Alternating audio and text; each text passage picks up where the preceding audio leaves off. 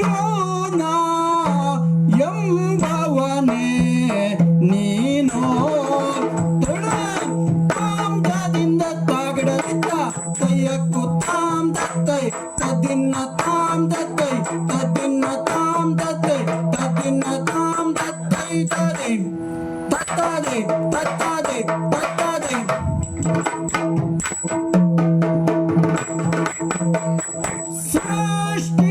ಸೃಷ್ಟಿಗರ್ಜುನ ಎಂಬವನೇ ನೀನೋ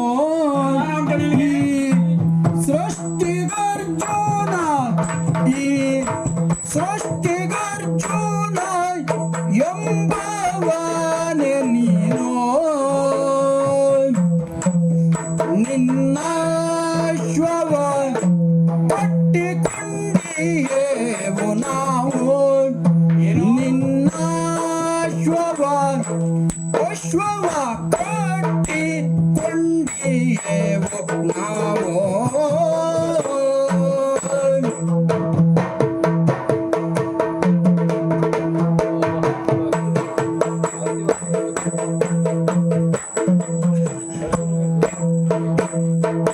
ಬಿಟ್ಟು ಹೋಬೇಯ ಬಿಟ್ಟು ಹೋಬೇಯ ಬಿಟ್ಟು ಹೋಬೇಯ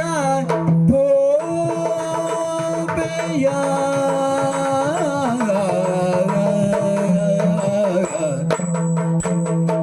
ಬಿಟ್ಟು ಹೋಬೇಯ ಬಿಡಿಸುವೆನೆಂಬ ಬಿಂಕವು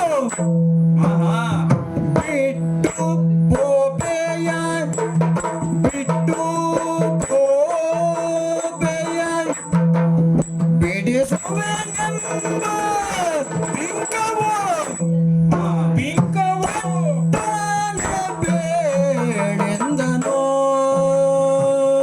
ಬಿಟ್ಟು ಹೋಬೇಯ ಬಿಡಿಸುವೆನೆಂಬ ಬಿಂಕವ ತಟ್ಟಾನೆ ಬೇಳೆಂದನು ಬಿಂಕವ ತಟ್ಟಾನೆ ಬೇಳೆಂದನು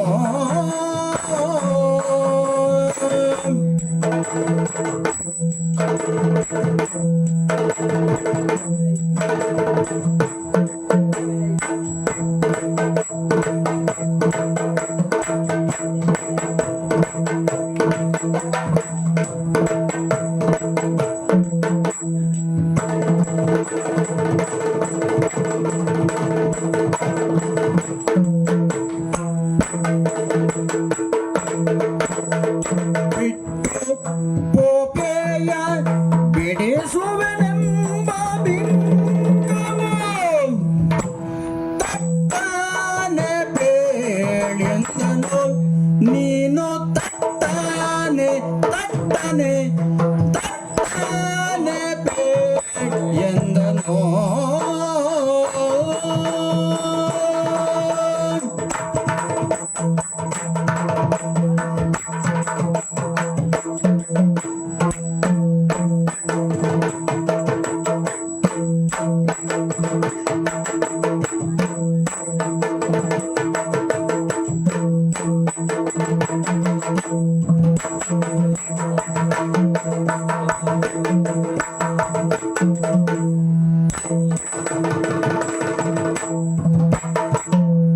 ಬಿಟ್ಟು ಹೋಬೇಯ ಬಿಡಿಸುವೆನೆಂಬ ಬಿಂಕವ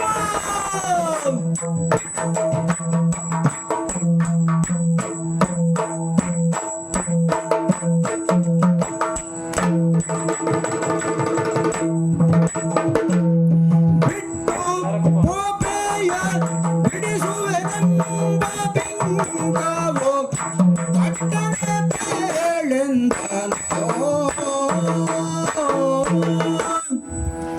ಈ ಸೃಷ್ಟಿಗರ್ಜುನ ಎಂಬವನೇ ನೀನು ಅನುಮಾನ ಉಂಟ ಉದ್ಗಾರ ಓಹೋ ನಿನ್ನನ್ನೇ ನಿರೀಕ್ಷಿಸುತ್ತಿರುವ ಕಾಲಕ್ಕೆ ಹಲವರೆಲ್ಲ ಬಂದಾಗ ನೀನು ಎಷ್ಟು ಹೊತ್ತಿಗೆ ಬರ್ತಿ ಅಂತ ಗೊತ್ತಾಗ್ಲಿಲ್ಲ. ಹಾಗಾಗಿ ನಿನ್ನನ್ನು ಕಂಡಾಗ ಉದ್ಗರಿಸಿದ ಹೀಗೆ, ಅರ್ಜುನನೇ ನೀನು ಈ ಸೃಷ್ಟಿಗರ್ಜುನನೇ ನೀನು. ಯಾವ ಸೃಷ್ಟಿಗೆ? ಯಾವುದಕ್ಕೆ?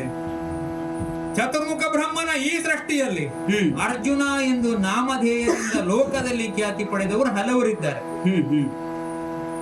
ಆದ್ರೆ ಸೃಷ್ಟಿಗರ್ಜುನ ಅಂತ ಹೆಸರು ಪಡೆದವರು ಇದ್ರೆ ನೀನೇ. ಯಾಕೆ? ಈ ಸೃಷ್ಟಿಯಲ್ಲಿ ನೀ ನಿನ್ನದಾದಂತಹ ಹೊಸ ಸೃಷ್ಟಿ ಮಾಡಿದ್ದೀಯಂತ ಕೇಳಿದ್ದೇವೆ ನಾವು. ಹಲವು ಕಥೆಗಳನ್ನ ಕೇಳಿದ್ದೇವೆ ನಿನ್ನ ಕುರಿತಾಗಿ. ನಿನ್ನ ತಾಯಿಯಾದಂತಹ ಕುಂತಿದೇವಿ ಗಜಲೋಹಿ ರಥ ಮಾಡುವ ಕಾಲಕ್ಕೆ ತಾಯಿ ಆಸೆಯನ್ನ ಈಡೇರಿಸುಗೋಸ್ಕರ ಇಂದ್ರನ ಐರಾವತಯವನ್ನ ತರಿಸಿದೆಯಂತೆ. ಇಂದ್ರ ಐರಾವತವನ್ನ ಕಳಿಸಿಕೊಡುವಲ್ಲಿ ಮಾರ್ಗ ಬೇಕು ಅಂತ ಕೇಳಿದಾಗ ನೀನು ಈ ಭೂತಳದಿಂದ ನಭೋಮಂಡಲದವರೆಗೆ ಶರದ ಸೇತುವೆಯೊಂದನ್ನು ನಿರ್ಮಿಸಿ ಸುರಲೋಕದ ಐರಾವತವನ್ನು ಧರೆಗಿಳಿಸಿದ ಸೃಷ್ಟಿ ಮಾಡಿದ ಅರ್ಜುನ. ಮತ್ಸ್ಯ ಲಾಂಛನವನ್ನು ಭೇದಿಸುವವರು ಪ್ರಪಂಚದಲ್ಲಿ ಇಲ್ಲದ ಕಾರಣಕ್ಕೆ ಅದನ್ನ ಭೇದಿಸಿದಂತಹ ಸೃಷ್ಟಿ ಅರ್ಜುನ. ಒಂದೆರಡಲ್ಲ, ಹಲವು ಸಂಗತಿಗಳನ್ನ ಕೇಳಿದ್ದೇವೆ. ಯುದ್ಧ ಭೂಮಿಯಲ್ಲಿ ನೀನು ಜಯದ್ರಥನನ್ನು ಕೊಲ್ಲುವ ಕಾಲಕ್ಕೆ ಸಂಜೆಯವರೆಗಿನ ಅತುಲವಾದಂತಹ ಹೋರಾಟ, ಅವಿರತವಾದಂತಹ ಹೋರಾಟದಲ್ಲಿ ದಣಿದಿರುವ ಕುದುರೆಗಳಿಗೆ ನೀರು ಕುಡಿಸುವಾಗ ಸೇನಾ ಸಮೂಹದ ಮಧ್ಯದಲ್ಲಿ ನಿನ್ನ ಶರಮುಖೇನವಾಗಿ ಅಂತರ್ಗಂಗೆಯನ್ನೇ ಪ್ರಚೋದಿಸಿ ಬಹಿರ್ಮುಖವಾಗುವಂತೆ ಮಾಡಿ ಸರೋವರವೊಂದನ್ನು ನಿರ್ಮಿಸಿದ ಸೃಷ್ಟಿಗರ್ಜುನ. ಕೇಳಿದ್ದೇವಲ್ಲ, ನೀಲ ಶರದಿಗೆ ಸೇತುವೆಯನ್ನ ಶರದಲ್ಲಿ ನಿರ್ಮಿಸಿದಂತಹ ಅರ್ಜುನ. ಸೃಷ್ಟಿ ಉಂಟಪ್ಪ. ಈ ಸೃಷ್ಟಿ ಎಂಬ ಇತಿಹಾಸವನ್ನ ಸೃಷ್ಟಿಸಿದ ಅರ್ಜುನ ನೀನು ಅಂತ ಹೀಗಾಡುವುದು. ಅಂತಹ ಅರ್ಜುನ ನೀನು ಎಂಬ ಕಾರಣಕ್ಕಾಗಿಯೇ ನಿನ್ನ ಅಶ್ವವನ್ನು ನಾವು ಕಟ್ಟಿಕೊಂಡಿದ್ದೇವೆ. ತಿಳಿಯದೆ ಕಟ್ಟಿದ್ದಲ್ಲ, ಕಟ್ಟಬೇಕು. ಎಂತವರ ಅಶ್ವವನ್ನು? ಹೋರಾಡಿದ್ರೆ ಪ್ರಪಂಚದಲ್ಲಿ ಯಾರೊಟ್ಟಿಗೆ ಹೋರಾಟ ನಡೆಸಬೇಕು? ಮೂರು ಲೋಕದ ಗಂಡು ಕ್ಷಾತ್ರಿಯರಿಗೆಲ್ಲ ಯಾರು ಆದರ್ಶ ಪುರುಷನೋ ಅಂತಹ ಸೃಷ್ಟಿ ಗರ್ಜುನನಲ್ಲಿ ಹೋರಾಟ ನಡೆಸಬೇಕು. ಅಂತಹ ನಿನ್ನ ಅಶ್ವವನ್ನ ನಾವು ಕಟ್ಟಿಕೊಂಡಿದ್ದೇವೆ. ಬಿಡಿಸ್ತೇನೆ ಅಂತ ಬಂದವರೆಲ್ಲ ನೋಡು ಧರೆಗುರುಳಿದ್ದಾರೆ. ಯಾರು ಹಿಂದಕ್ಕೆ ಹೋಗುವ ಪ್ರಶ್ನೆ ಇಲ್ಲ. ಇದು ಚಂಪಕಾವತಿಯ ನಾಡು. ನಿಂತವ ಸುಧನ್ಮ. ಕ್ಷಾತ್ರವು, ವೀರತನವು, ವೈಷ್ಣವತ್ವವು ಮೇಳೈಸಿದಂತಹ ಈ ನಾಡಿನಲ್ಲಿ ಬಿಡಿಸ್ತೇನೆ ಅಂತ ಬಿಂಕ ಇದ್ರೆ ಅದನ್ನು ನೀನು ಬಿಡ್ಲಿಕ್ಕೆ ಇಲ್ಲ. ಬಿಂಕವನ್ನು ಬಿಡು. ಬಿಡಿಸುತ್ತೇನೆ ಎಂಬ ಬಿಂಕವನ್ನು ಬಿಟ್ಟಲ್ಲಿಗೆ ನೀನು ಕುದುರೆಯನ್ನು ಬಿಡುವುದೇ. ಅಥವಾ ಬಿಂಕ ಉಂಟು ಮತ್ತೆ ಅಂತ ಹೀಗೆ ಅಂತ ಹೇಳುವುದು. ಅದ್ರ ಮತ್ತೆ ಉಂಟು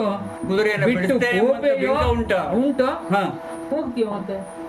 ಇವರೆಲ್ಲ ಬಿದ್ದಿದ್ದನ್ನು ನೋಡಿದಾಗ್ಲೂ ಅರ್ಥ ಆಗ್ತದೆ ನಿನಗೆ ಈ ಪ್ರಪಂಚ ಮುಖದಲ್ಲಿ ಸುಧನ್ವ ಏನು. ಹಾಗಾಗಿ ಆ ಕುದುರೆಯನ್ನ ಬಿಟ್ಟು ತೆರಳುತ್ತೀಯೋ, ಬಿಂಕ ಉಂಟು, ಥಟ್ಟನೆ ಹೇಳುದು. ಅವಕಾಶ ಇಲ್ಲ. ಥಟ್ಟನೆ ಬೇಡ, ಅವಕಾಶ ಉಂಟು, ಥಟ್ಟನೆ ಹೇಳುದು. ಎರಡನೆಯ ಪಟ್ಟಣ ಆಗಬೇಕು ಅಂತಾದ್ರೆ ಮತ್ತೆ ಹೆಚ್ಚಿಗೆ ಆಲೋಚನೆ ಮಾಡಬಾರದು. ಇಷ್ಟೆಲ್ಲ ಹೇಳುವವ ಯಾರು? ಹುಡುಗ ನೀನು ನಿನ್ನ ಗಡ್ಡಗೆ ನಾನು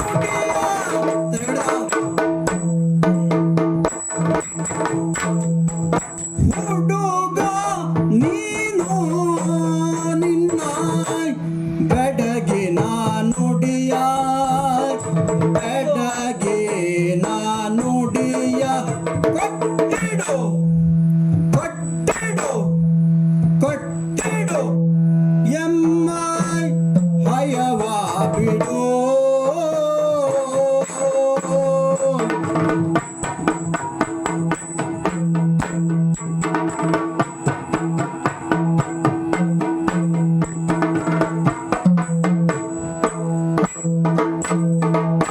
ಪಡೆಯನ್ನು ಕೂಡಿ ನಮ್ಮೊಡನೆ ನೀ ತರಳು. ಹುಡುಗ ಪಡೆಯನ್ನು ಕೊಂಡು ನಮ್ಮೊಡನೆ ನೀ ತರಳು, ನೀ ತರಳು, ನೀ ತರಳು. ನಿನ್ನ ಒಡಗೊಂಬೆ ದಾನವ ಕೊಡು. ಪಡೆಯನ್ನು ಕೊಂಡು ನಮ್ಮೊಡನೆ ನೀ ತರಳು, ನಮ್ಮೊಡನೆ ನೀ ತರಳು. ನಿನ್ನ ಒಡಗೊಂಬೆ ದಾನವ ಕೊಡು.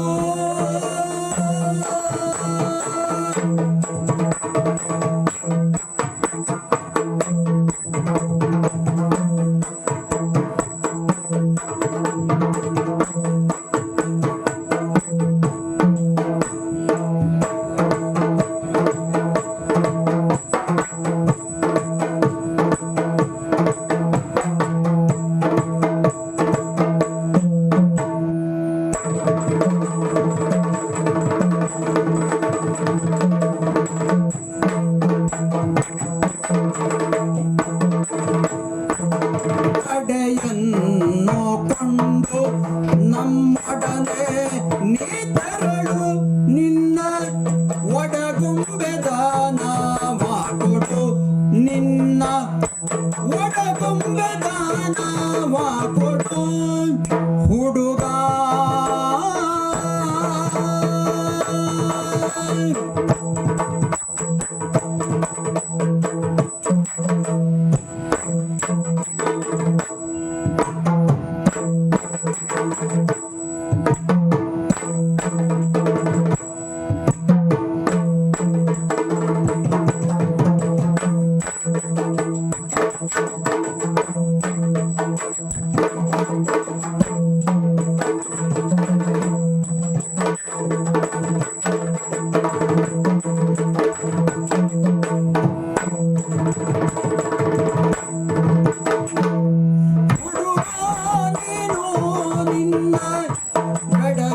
ನುಡಿಯ ಕೊಟ್ಟಿಡು. ಪಡೆಸೀಗ ನಮ್ಮೊಡನೆ ನೀ ತೆರಳು.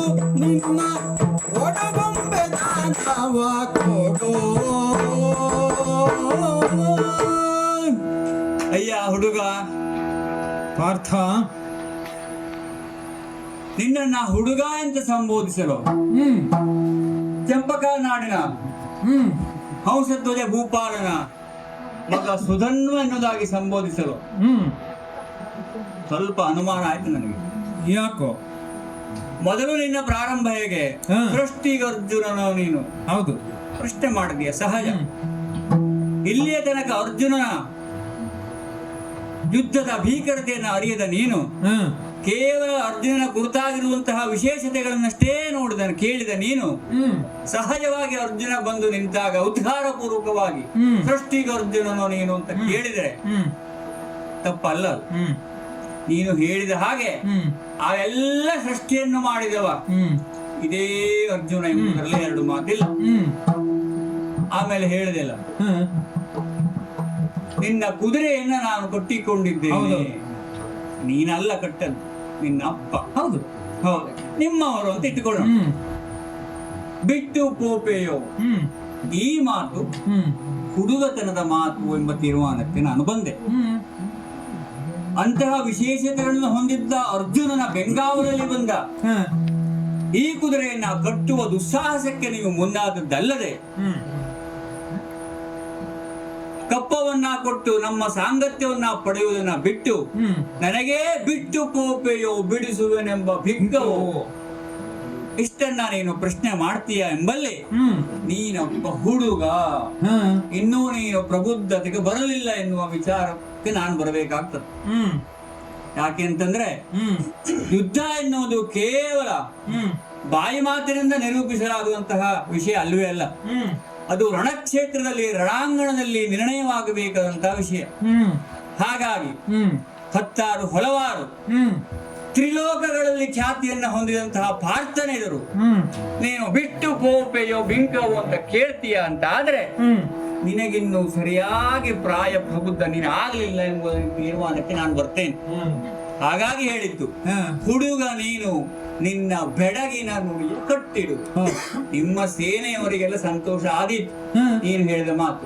ಬಿಟ್ಟು ಹೋಗ್ತೇಯೋ ಬಿಡಿಸ್ತೇನೆ ಎಂಬ ಬಿಂಕ ಉಂಟು ಅಂತ ಕೇಳಿದ್ರೆ, ಆದ್ರೆ ನನ್ನಂತಹ ಪ್ರಬುದ್ಧರ ಪಾಲಿಗೆ 10 ಹಲವಾರು ಯುದ್ಧಗಳನ್ನ ನೋಡಿದ, ಅನುಭವಿಸಿದ, ಆರ್ಜಿಸಿದ ಪ್ರಾರ್ಥನೆಗೆ ಇದು ಹುಡುಗುತನದ ವಿಷಯವೇ ಆಗ್ತದೆ.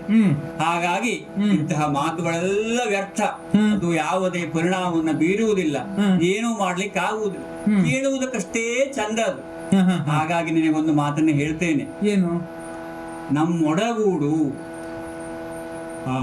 ಪಡೆ ಸಹಿತ ಈಗ ಕೇವಲ ನೀನೊಬ್ಬನೇ ಅಲ್ಲ, ನಿನ್ನ ಸಮಸ್ತ ಸೇನೆಯನ್ನು ಸೇರಿಸಿಕೊಂಡು ನಮ್ಮೊಡಗೂಡು, ನಮ್ಮ ಜೊತೆಗೂಡಿದರೆ ಒಡಗೊಂಬೆ ನಾನು. ಯಾಕೆಂತ ಹೇಳಿದ್ರೆ ಈಗ ಅರ್ಜುನನ ಮನಸ್ಸು ವಿಶಾಲವಾದದ್ದು, ಯಾರನ್ನೂ ನಾವು ಸೇರಿಸಿಕೊಳ್ಳುವುದಿಲ್ಲ ಎಂಬ ನಿರ್ಣಯವೇ ನಮ್ಮದಿಲ್ಲ. ಈ ಹಿಂದಿನ ನಮ್ಮ ಯುದ್ಧವನ್ನ ನೀನು ಕೇಳದಿದ್ರೆ, ಕೇಳಿದ್ದೇವೆ, ಆ ಎಲ್ಲ ಯುದ್ಧಗಳಲ್ಲಿ ನಮ್ಮ ಬಗೆಯ ಹಾಗೆ ಯಾರು ನಮ್ಮನ್ನ ಒಪ್ಪಿ ಬರ್ತಾರೋ ಅವರನ್ನ ಸೇರಿಸಿಕೊಳ್ಳುವ ಮನೋಭಾವ ನಮ್ಮಲ್ಲಿ ಯಾವಾಗಲೂ ಇದ್ದದ್ದೇ. ಹಾಗಾಗಿ ಒಬ್ಬ ಬೆಳೆಯುವ ಹುಡುಗ ನನ್ನ ಇಲ್ಲೇ ಚಿವುಟಬೇಕು ಎಂಬ ಯಾವ ಮನಸ್ಸು ನಮಗಿಲ್ಲ. ನಿನಗೆ ಬೆಳೆಯುವುದಕ್ಕೆ ಒಂದು ಅವಕಾಶವನ್ನ ಕೊಡ್ತೇನೆ. ನನ್ನ ಸೇನೆಯಲ್ಲಿ ನಿನ್ನಂತಹ ಸಾವಿರಾರು ವೀರರಿದ್ದಾರೆ ಹುಡುಗ, ಹೌದು. ನಿನಗಲ್ಲಿ ಅವಕಾಶವನ್ನ ನಾನು ಕೊಡ್ತೇನೆ. ನಮ್ಮ ಕುದುರೆ ಮುಂದೆ ಹೋದ ಹಾಗೆ ನಿನಗೆ ಆ ಸ್ಥಾನವನ್ನ ಕೊಡ್ತೇನೆ ನಾನು. ಹಾಗಾಗಿ ಒಡವ ಗೊಂಬೆ ಧನವ ಕೊಡು. ದುಡ್ಡು? ಹೌದು, ಧನವನ್ನ ಕೊಡಬೇಕು. ಯಾಕೆ ಕೊಡಬೇಕು? ಅಶ್ವಮೇಧದ ಪದ್ಧತಿ. ಎಲ್ಲಿಗೆ ಯಜ್ಞಾಶ್ವ ಬಂತೋ ಅಲ್ಲಿಗೆ ಬಂದ ಸಂದರ್ಭದಲ್ಲಿ ಯಾವತ್ತ ಅದನ್ನ ಕಟ್ತಾನೋ ಆತ ಯುದ್ಧ ಮಾಡುವುದನ್ನ ಬಿಟ್ಟರೆ ಧನವನ್ನ ಕೊಟ್ಟು ಕಪ್ಪಗಾಣಿಕೆಯನ್ನ ಕೊಟ್ಟು ಮನ್ನಿಸಬೇಕು ಎಂಬ ನೆಲೆಯಲ್ಲಿ ನಿನ್ನನ್ನ ನಾನು ಕಾಪಾಡ್ತೇನೆ. ಹೆದರುವ ಅಗತ್ಯ ಇಲ್ಲ. ನೀನು ಒಡಗೊಂಬೆ ಧನವ ಕೊಡು. ನನ್ನನ್ನ ನೀನು ಒಳಗೊಳ್ತೇನೆ, ನಿನಗೆ ಧನವನ್ನು ಕೊಡಬೇಕು. ಯುದ್ಧವೇನು ಬೇಡ. ಬೇಡ, ಅಶ್ವ ಬಿಟ್ಟು ಹುಡುಗ ನೀನು. ಇಂಥ ಮಾತ ಇದು ಅರ್ಜುನನಿಂದ ಕೇಳಿದಾಗ ಹೇಳಬೇಕು ಅಂತ ಅನ್ನಿಸ್ತದೆ. ಅನುಮಾನ ಯಾಕೆ ನಿನ್ಗೆ? ಮೂಢ ಅಂತ ಹೇಳೋ. ಅನುಮಾನ ಬೇಡ, ನಿರ್ಣಯಕ್ಕೆ ಬಾ ನೀನು. ಮೂಢನೆಂಬೆನೋ ನಿನ್ನ ರೂಢಿಯ ಬಡನೆಂದೋ,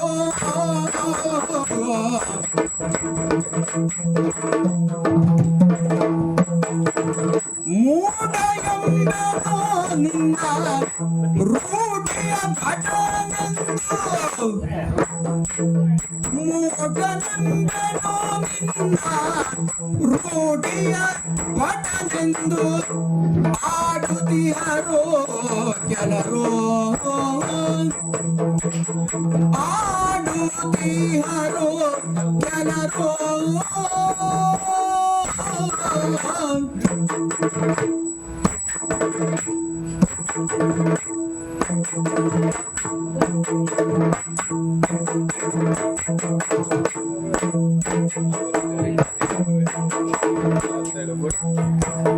ಮಾಡದೆ ಯುದ್ಧವ ಹಯವನು ದ್ರವ್ಯವ,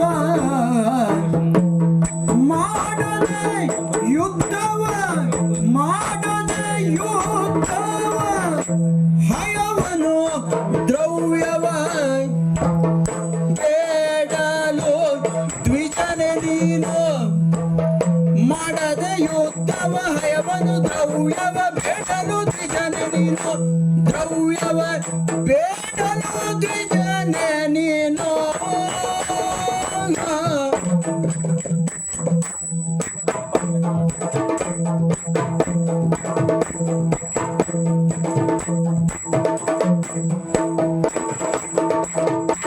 ಮಾಡದೆ ಯುದ್ಧವ ಹಯವನು ದ್ರವ್ಯವ, ಬೇಡಲು ದ್ವಿಜನೆ ನೀನು. ದ್ರವ್ಯವ ಬೇಡಲು ದ್ವಿಜನೆ ನೀನು.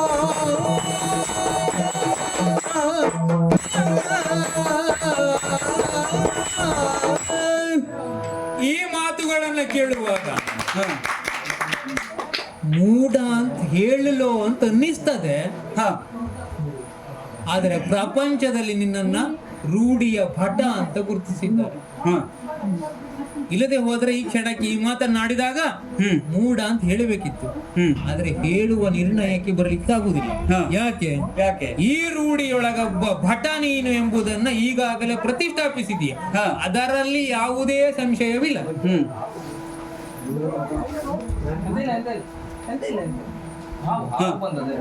ಹಾಗಾಗಿ ಈ ಕ್ಷಣಕ್ಕೆ ಅಂಥದ್ದೊಂದು ಸಣ್ಣ ಅನುಮಾನ ಬಂದ್ರು ಅದಲ್ಲ ಅಂತ ಆಡಿದ್ದೇನೆ. ಯಾಕೆ ಇಂಥದ್ದು ಅನುಮಾನಕ್ಕೆ ಕಾರಣವಾಗ್ತದೆ? ನೀನು ಹೇಳುವುದೇನೋ ನಿಮ್ಮ ಸಮಸ್ತ ಸೇನಾ ವಾಹಿನಿಯನ್ನ ಸೇರಿಕೊಂಡು ನಿಮ್ಮ ಸೇನೆಯನ್ನು ಸೇರಿಕೊಳ್ಳಬೇಕು, ಹಯವನ್ನ ಬಿಡಬೇಕು, ಹೌದು, ಕಪ್ಪವನ್ನ ಕೊಡಬೇಕು. ಇಷ್ಟು ಮಾಡಿದ್ರೆ ಮುಂದಾಗುವಂತಹ ಯುದ್ಧದಲ್ಲಿ ನಿನ್ನ ಒಡಗೊಳ್ಳುತ್ತೇನೆ, ಬೆಳೆಯುವುದಕ್ಕೆ ಅವಕಾಶ ಕೊಡ್ತೇನೆ. ಹೌದು. ಈ ಸಂದರ್ಭಕ್ಕೆ ಯಾಕೆ ಹೀಗೆ ಹೇಳಿದೆ ನಾನು?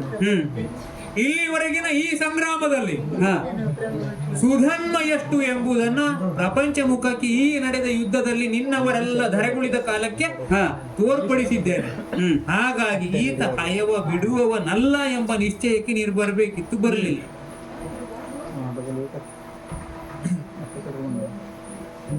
ಒಡಗೊಂಬೆ ಧನವ ಕೊಡು ಅಂತ ಕೇಳ್ತೀನಿ. ಹೀಗೆ ಕೇಳಬಹುದೋ ನೀನು? ದ್ವಿಜನಾದ್ರೆ ಕೇಳಬಹುದು. ದ್ವಿಜರಿಗೆ ಷಟ್ಕರ್ಮದಲ್ಲಿ ಅಧಿಕಾರ ಉಂಟು.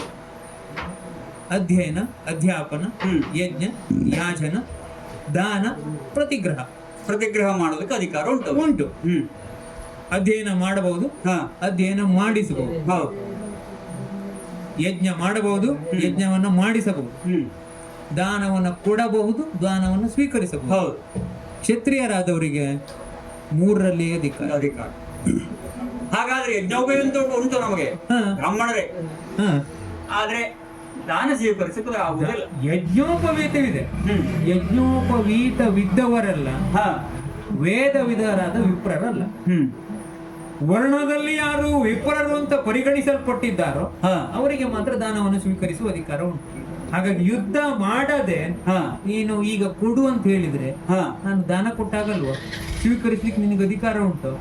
ನೀನು ಬ್ರಾಹ್ಮಣನು, ದ್ವಿಜನು, ಹಾಗಾಗಿ ಹೇಳುವುದು ಇದು ಮೂಢ ಅಂತೆಂಬೆನೆ. ಹಾಗೆ ಹೇಳಲಿಕ್ಕೆ ಆಗುದಿಲ್ಲ. ರೂಢಿಯ ಭಟ ಅಂತ ಹೇಳ್ತಾರೆ. ಆದರೆ ಮೂಡುವ ಅನುಮಾನ ಯಾಕೆ? ಯಾರಾದ್ರೂ ಒಂದು ನಿರ್ಣಯಕ್ಕೆ ಬಾ. ನಿರ್ಣಯಕ್ಕೆ ಬಂದಿದ್ದೇನೆ. ನೀನು ರೂಢಿಯ ಭಟನೆ. ತಟ್ಟನೆ ಹೇಳ್ಬೇಕು. ಅಲ್ಲ, ತಟ್ಟನೆ ಹೇಳುದು ನೀನು. ನಾವು ಹೇಳ್ಬೇಕಾದ್ರೆ ಹುಡುಗರಲ್ವೋ? ಸ್ವಲ್ಪ ಅವಕಾಶ ಕೊಡೋಣ. ಹೌದು. ಹಾಗಾಗಿ ಬೇಡಲಿಕ್ಕೆ ದ್ವಿಜನು ಪ್ರಶ್ನೆ ಮೂಡ್ತದೆ ಅಂತ. ಕೊಡ್ಲಿಕ್ಕೆ ಸಾಧ್ಯವಿಲ್ಲ, ಹಯವನ್ನು ಬಿಡ್ಲಿಕ್ಕೆ ಸಾಧ್ಯ ಇಲ್ಲ. ಅಯ್ಯ, ಭೂತಳದಲ್ಲಿ ಸಾರಿ ಕೊಲ್ಲುವುದಿದು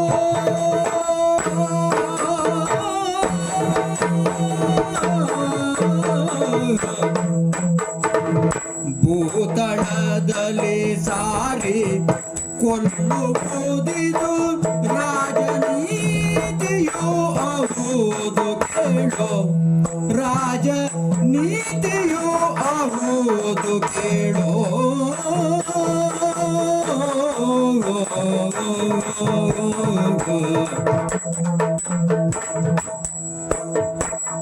ನೀ ತರಳನು ನಿನ್ನೊಳ್ ಒಲ್ಲನು ರಣವ, ನೀ ತರಳನು ನಿನ್ನೊಳ್ ಒಲ್ಲನು ರಣವ, ಒಲ್ಲನು ರಣವ. ನಿನ್ನ ತಾತನ ಕರೆಸಿ ಕೊಡೋ, ನಿನ್ನ ತಾತನ ಕರೆಸಿ ಕೊಡೋ.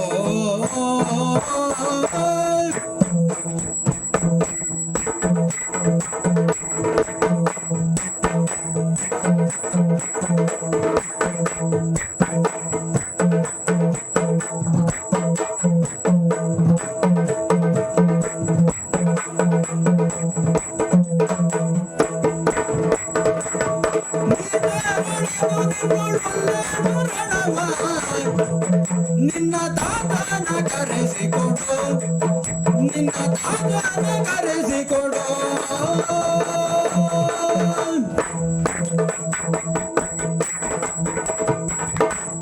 ಹುಡುಗ ಪಾರ್ಥ, ಪರಿಕ್ರಮಣ ಮಾಡುವುದಕ್ಕೆ ನನಗೆ ಅಧಿಕಾರ ಉಂಟೋ ಇಲ್ಲವೋ, ಆದರೆ ಅಶ್ವಮೇಧದ ಕುದುರೆಯ ಒಂದು ರೀತಿ ನೀತಿಗೆ ಅನುಗುಣವಾಗಿ ನೀನು ಬದುಕಬೇಕು ಬೆಳಗಬೇಕು ಎನ್ನುವ ಆಸೆಯ ಹಿನ್ನೆಲೆಯಲ್ಲಿ ನೀನೊಂದು ನಮ್ಮ ಕುದುರೆಯನ್ನ ಬಿಟ್ಟು ಕಪ್ಪವನ್ನ ಕೊಟ್ಟು ಸಹಕರಿಸಿದೆ ಅಂತ ಆದ್ರೆ ನೀನು ಬದುಕಿಕೊಳ್ತೀಯಾ ಎನ್ನುವ ನೆಲೆಯಲ್ಲಿ ಧನವ ಕೊಡು ಅಂತ ಹೇಳಿದ್ನು. ಯಾಕೆ ಈ ಭೂಮಿಯ ಮೇಲೆ ಒಂದು ಮಾತಿದೆ, ಭೂತಳದಲ್ಲಿ ಸಾರಿ ಕೊಲ್ಲುವುದಿದು ರಾಜನೀತಿಯ ಧರ್ಮ. ಯಾರನ್ನೇ ಆಗಲಿ ರಣಕ್ಷೇತ್ರಕ್ಕೆ ಆತನ ಪ್ರವೇಶ ಆಯಿತು ಎಂದ ಮಾತ್ರಕ್ಕೆ ಕೇವಲ ಬಾಣಮುಖೇನವಾಗಿ ಅವನನ್ನ ಮುಗಿಸುವುದಷ್ಟೇ ಕರ್ತವ್ಯ ಅಲ್ಲ.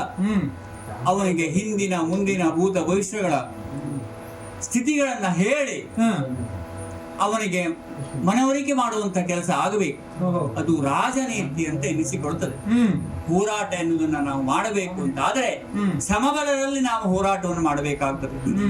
ಹಾಗಾಗಿ ಈಗ ನಾನು ನಿನ್ನೊಡನೆ ಯುದ್ಧವನ್ನ ಮಾಡಿದರೆ ಅದು ತಪ್ಪಾಗ್ತದೆ. ಪಾರ್ಥನಂತಹ ಪಾರ್ಥ ತ್ರೈಲೋಕ್ಯ ವಿಜಯಿ ಸುಧನ್ವಂತಹ ಒಬ್ಬ ಹುಡುಗನಲ್ಲಿ ಯುದ್ಧವನ್ನ ಮಾಡಿದ, ಅದು ಎಷ್ಟರ ಮಟ್ಟಿಗೆ ಸರಿ ಎನ್ನುವ ಒಂದು ಜಿಜ್ಞಾಸೆ ಹುಟ್ಟಿಕೊಳ್ತದೆ ಎಂಬ ನೆಲೆಯಲ್ಲಿ ಹೇಳ್ತೇನೆ ನಿನಗೆ, ಇದು ನೀನು ಸ್ವಲ್ಪ ದೂರದಲ್ಲಿ ನಿಂತು ಯುದ್ಧವನ್ನ ನೋಡ್ಬೇಕು. ಯಾಕೆಂದ್ರೆ ಮುಂದೆ ನೀನು ಒಬ್ಬ ಯುದ್ಧ ಪ್ರವೀಣ ಅಂತ ಆಗ್ಬೇಕು. ಹಾಗಾಗಿ ನಿನ್ನ ತಾತನ ಕರೆಸಿಕೊಡು. ನಿನ್ನ ಅಪ್ಪ ಇಲ್ಲಿ ಬಂದ ಅಂತ ಆದ್ರೆ ಯಾವ ಸಮಸ್ಯೆ ಇಲ್ಲ ಯುದ್ಧ ಮಾಡುವುದಕ್ಕೆ, ಕ್ಷಣಾರ್ಧದಲ್ಲಿ ಯುದ್ಧ ಮುಗಿದು ಹೋಗ್ತದೆ. ಹೌದು, ಹಾಗಾಗಿ ಇಲ್ಲಿಯ ಅಧಿಕಾರಿ, ಈ ನಾಡಿನ ಅಧಿಕಾರಿ ಮೇಲಾಗಿ ನಿನ್ನ ತಂದೆ, ಹೌದು, ಜೊತೆಗೆ ಯುದ್ಧದಲ್ಲಿ ನನಗೆ ಸರಿಸಮನ. ಆಮೇಲೆ ವಿಷಯ, ನನ್ನ ಸೆಣಸಾಟಕ್ಕೊಂದು ಅರ್ಥ ಬರ್ತದೆ. ಸರಿಸಮರಲ್ಲಿ ಜ್ಞಾನದಲ್ಲಿಯೋ ವಯಸ್ಸಿನಲ್ಲಿಯೋ ಯುದ್ಧದಲ್ಲಿಯೋ ಹೇಳ್ತಾರೆ, ಕ್ಷತ್ರಿಯರಲ್ಲಿ ಹಿರಿಯೋ ಅಂತಾದ್ರೆ ಈ ಯುದ್ಧವನ್ನು ಮಾಡದ ಲೆಕ್ಕದಲ್ಲಿ ಅವಲಂಬಿತ ಆಗ್ತದೆ ಅಂತ. ಏನೇ ಇರಲಿ, ನನ್ನ ಮನಸ್ಸಿಗೆ ಒಂದು ಸಮಾಧಾನ, ಈ ಹುಡುಗನಲ್ಲಿ ನಾನು ಯುದ್ಧವನ್ನು ಮಾಡ್ಲಿಲ್ವಲ್ಲ. ಯಾಕೆ ಅಂತ ಹೇಳಿದ್ರೆ ಭಾರತ ಯುದ್ಧದಲ್ಲಿ ಇಂಥ ಹಲವಾದ ಘಟನಾವನ್ನ ಕಂಡು ನನ್ನ ಮನಸ್ಸು ಕರಗ್ತಾ ಇದೆ. ನಿನ್ನ ಒಬ್ಬ ಹುಡುಗನನ್ನ ಕಳೆದುಕೊಳ್ಳುವುದಕ್ಕೆ ನಾನು ಸಿದ್ಧ ಇಲ್ಲ. ಹಾಗಾಗಿ ಹೇಳ್ತೇನೆ, ನಿನ್ನ ತಂದೆಯನ್ನು ಕಳುಹಿಸಿಕೊಡು. ನೀನು ಸ್ವಲ್ಪ ದೂರದಲ್ಲಿ ನಿಂತು, ನಾನು ನಿನಗೆ ಬಾಣ ಬಿಡುವುದಿಲ್ಲ, ಹೆದರಬೇಡ, ಅಲ್ಲಿ ನಿಲ್ಲು, ನಿನಗೆ ರಕ್ಷಣೆಯನ್ನು ಕೊಡ್ತೇನೆ. ಅಪ್ಪನನ್ನ ಕರೆಸಿಕೊಡು ಯುದ್ಧಕ್ಕೆ. ನೀನು ಪಾರ್ಥನ ಬಾಣಗಳಿಗೆ ಅಂಜುವವನು ಸುಧನ್ವ. ಇಷ್ಟು ಹೊತ್ತಿನ ಯುದ್ಧದಲ್ಲಿ ಏಕಾಕಿಯಾಗಿ ನಿಂತು ನಿನ್ನ ಸೇನೆಯಿಂದ ಬಂದ ಎಲ್ಲರನ್ನ, ಸೇನಾ ನಾಯಕನಾದಿಯಾಗಿ ಸೇನೆಯ ನೇತೃತ್ವವನ್ನು ವಹಿಸಿ ಬಂದ ಎಲ್ಲರನ್ನ ಧರೆಗುಳಿಸಿದವನಲ್ಲಿ ಈ ಮಾತು ಹೇಳುವುದು, ತಂದೆಯನ್ನು ಕರೆಸುವಂತ. ನಿನಗೆ ನಾನು ಸಾಕು ಅಂತಲೇ ನನ್ನನ್ನ ತಂದೆಯವರು ಕಳಿಸಿದ್ದು. ತಂದೆಯವರದೇ ನಿಶ್ಚಯ ಇದು. ಈ ಚಂಪಕಾವತಿಯ ನಾಡಿನ ಸೇನಾಧಿಪತಿ ಯಾರಾಗಬೇಕು, ಸುಧನ್ವನೇ ಸರಿ ಎಂತಾಡುವಲ್ಲಿ ಪಾರ್ಥ ಬರ್ತಾನೆ ಎಂಬುದು ಒಪ್ಪಿತವಾದ ವಿಷಯವೇ, ನಿರೀಕ್ಷಿತವಾದ ವಿಷಯವೇ. ಹಾಗಾಗಿ ಪಾರ್ಥ ಬರುವಾಗ ನಾನು ಬರ್ತೇನೆ ಅಂತ ಹೇಳಲಿಲ್ಲ ಮಗು. ಕುದುರೆಯನ್ನ ಕಾಪಿಟ್ಟು ಶ್ರೀಹರಿಯ ದರ್ಶನವಾಗುವವರೆಗೆ ನೇತೃತ್ವವನ್ನು ನೀನು ವಹಿಸುವಂತ ತಂದೆಯವರು ಆಡಿದ ಕಾಲ ಅಣ್ಣ ಬರ್ಲಿಲ್ಲ, ಒಪ್ಪಿಕೊಂಡವನ. ನಿನ್ನ ಅಣ್ಣ ಬರ್ಲಿಲ್ಲ, ಬುದ್ಧಿವಂತ ಇದ್ದಾನೆ. ಅಲ್ಲ, ಬುದ್ಧಿವಂತರು ಎಲ್ಲರೂ ಇದ್ದಾರೆ, ನಮ್ಮ ಎಲ್ಲರೂ ಬುದ್ಧಿವಂತರೆ. ತಂದೆಯವರು ಆಜ್ಞಾಪಿಸಿದ್ದು ನನಗೆ, ಹಾಗಾಗಿ ಆ ಭಾಗ್ಯ ನನ್ನ ಪಾಲಿಗೆ ಒಲಿಸಿದೆ ಅಂತ ನಾನು ಭಾವಿಸ್ತೇನೆ. ಅಣ್ಣನನ್ನು ಕಳಿಸಿದರೆ ಅವನು ಬರ್ತಿದ್ದ. ತಂದೆಯವರ ಅಪ್ಪಣೆ ಯಾರಿಗಾಗ್ತದೋ ಅವರು ಬರುವುದು ಯುದ್ಧಕ್ಕೆ. ಹಾಗಾಗಿ ಈ ಕಾಲಕ್ಕೆ ನಾನು ಬಂದಿದ್ದೇನೆ. ನಿನಗೆ ಮತ್ತೆ ನನ್ನ ತಂದೆಯವರ ಅವಶ್ಯಕತೆ ಇಲ್ಲ ಯುದ್ಧಕ್ಕೆ. ನನ್ನ ತಂದೆಯವರು ಬರಬೇಕು. ನೀನ್ ಯಾರನ್ನು ಕರೆಸಬೇಕು ಗೊತ್ತಾ? ಏನು?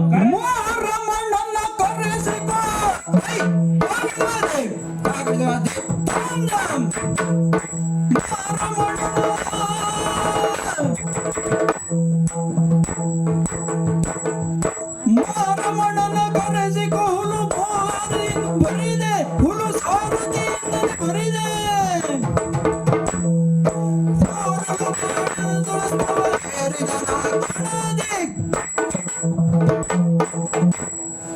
ಪಾರ್ಥ, ನಿನ್ನಲ್ಲಿ ಯುದ್ಧಕ್ಕೆ ನಾನು ಸಾಕಾಗ್ತದೆ. ಯಾಕೆ? ತಂದೆಯವರಿಗೆ ಸುಮಾರು ನಿನ್ನ ಸರಿಪ್ರಾಯವಾಗಬಹುದು, ಅನುಭವದಲ್ಲಿ ಜ್ಞಾನದಲ್ಲಿ ವೃದ್ಧಾಪ್ಯವನ್ನು ಹೊಂದಿದವರಲ್ಲಿ ಯುದ್ಧಕ್ಕೆ ಸಮಬಲರಾಗಬಹುದು ಅಂತ ನೀನು ಹೇಳುವುದಲ್ವೋ? ಹೌದು. ಈ ಕಾಲಕ್ಕೆ ಯುದ್ಧದಲ್ಲಿ ಮೇಲ್ಗೈ ಆದದ್ದು ಈ ಸುಧನ್ವನದು. ಹಾ ಹಾ ಹಾಗಾಗಿ ನಿನ್ನಲ್ಲಿ ಯುದ್ಧ ಮಾಡುವಲ್ಲಿ ನನ್ನ ತಂದೆಯ ಅಗತ್ಯವೇ ಇಲ್ಲ. ನನ್ನ ತಂದೆ ಬರಬೇಕು, ಕರೆಸ್ತೇನೆ, ಬರ್ತಾರೆ. ಆದ್ರೆ ನಿನ್ನ ಪಾಳೆಯದಿಂದ ನಾವು ನಿರೀಕ್ಷಿಸಿದ ಮಾರಮಣ ಬರಬೇಕು, ಅವನನ್ನ ಕರೆಸಬೇಕು. ಈ ಹೂಲು ಸಾರಥಿಯಿಂದ ಮುಂದಕ್ಕೆ ಏನಾಗ್ತದೆ? ಇವೆಲ್ಲ ಯುದ್ಧಕ್ಕೆ ಒಂದು ಜನವು, ನಮಗೆ ಬೇಕಾದವ ನಮ್ಮ ಲಕ್ಷ್ಯ ಯಾರು? ಮಾರಮಣ. ಆತನನ್ನು ನೀನು ಕರೆಸಿದೆ ಅಂತಂದ್ರೆ ನಾನು ನನ್ನ ತಾತನನ್ನ ಕರೆಸ್ತೇನೆ. ಅಲ್ಲಿಯವರೆಗೆ ನನ್ನ ತಾತನನ್ನ ಕರೆಸುವ ಪ್ರಶ್ನೆ ಇಲ್ಲ. ಯುದ್ಧಕ್ಕಿಟ್ಟಂತ ಅಡಿಯನ್ನ ದೃಢವಾಗಿ ನೆಲೆಯೂರಿಸಿ ನಿಂತ ಈ ಸುಧನ್ವ ಹಿಂದಡಿ ಇಡುವುದಕ್ಕಿಲ್ಲ. ನಿನ್ನನ್ನು ಎದುರಿಸಿಯೇ ಸಿದ್ಧ ನಾನು.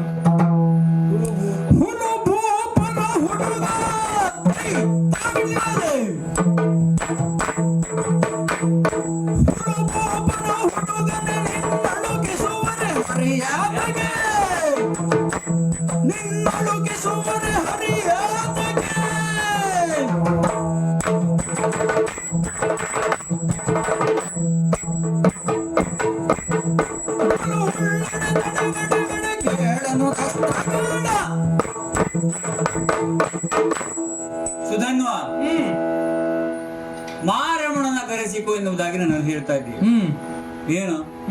ಹುಲು ಭೂಪನ ಹುಡುಗನೆ, ಏನೋ ಬಿಸಿ ರಕ್ತದ ಹುಡುಗ, ಯುದ್ಧೋತ್ಸಾಹದಿಂದ ಏನೋ ಮುಂದೆ ಬಂದಿದ್ದಾನೆ ಎನ್ನುವ ನೆಲೆಯಲ್ಲಿ ನಿನ್ನನ್ನ ಗೌರವಿಸಿ, ನಿನ್ನ ರಾಜ್ಯವನ್ನ ಪುರಸ್ಕರಿಸಿ ನಾನು ಬುದ್ಧಿ ಮಾತನ್ನ ಹೇಳಿದರೆ ನನಗೇ ಹೇಳುವಷ್ಟು ಬೆಳೆದು ಬಿಟ್ಟೆ ನೀನು. ಹೌದಾ? ನಿನ್ನಂತ ಒಬ್ಬ ಸಾಮಾನ್ಯ ಹುಡುಗನನ್ನ, ಹುಲು ಭೂಪನ ಮಗನಾದ ನಿನಯ ಕೊಲ್ಲುವುದಕ್ಕೆ ಕೃಷ್ಣ ಬರಬೇಕೇನೋ? ನಿನ್ನ ಅಜ್ಞಾನ ಇದು. ಕೃಷ್ಣ ಬರುವುದು ಯಾಕೆ? ಭಾರತನ ಒಂದು ಕಣಗೆ ನೀನು ಈಡೆ ಅಲ್ಲ. ಹಾಗಾಗಿ ಕೃಷ್ಣನನ್ನ ಭರಿಸುವ ಪ್ರಶ್ನೆ ಇಲ್ಲ. ನಿಲ್ಲು ಯುದ್ಧಕ್ಕೆ.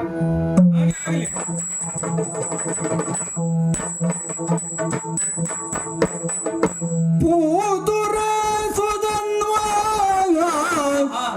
ಪೂತುರ ಸುಧನ್ವ, ನಿನ್ನ ಸತ್ವಾತಿಶಯದಿಂದ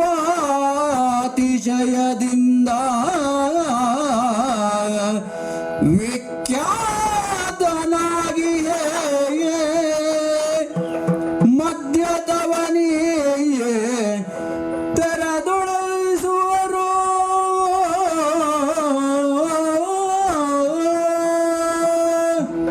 ಮಜರೆ, ಕೂತುರೆ, ಘೊಳಿರೆ, ಶಹವಾಸ್ ಶಹವಾಸ್. ಸಾಕಲ್ವ ನಿನ್ನ ಜೀವನಕ್ಕೆ? ಏನು? ಭಾರತ ಉದ್ಘೋಷಿಸ್ತಾ ಇದ್ದಾನೆ. ಸುಧನ್ವ ಭರಿರೆ ಶಹವಾಸ್. ಯಾಕೆ? ಯಾಕೆ? ಕಾರಣ ಉಂಟು.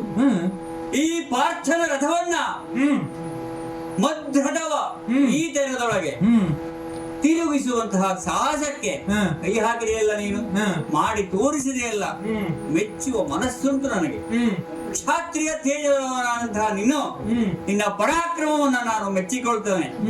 ಹಾಗಾಗಿ ಹೇಳ್ತೇನೆ ಹುಡುಗ, ಮತ್ತೆ ಯುದ್ಧ ಎನ್ನುವುದು ಬೇಡ, ಕೇವಲ ಭಾರತ ಶಹವಾಸ್ ಎನ್ನುವುದಾಗಿ ಹೇಳಿದೆ ಎಂಬ ಮಾತ್ರಕ್ಕೆ ಉಬ್ಬಿ ಕೊಬ್ಬಿ ಮತ್ತೆ ಯುದ್ಧಕ್ಕೆ ಯುದ್ಧೋತ್ಸಾಹಕ್ಕೆ ಬರಬೇಡ. ಅಪ್ಪನನ್ನ ಕಳಿಸಿಕೊಡು ಸಾರಿ ಹೇಳ್ತಾ ಇದ್ದೇನೆ.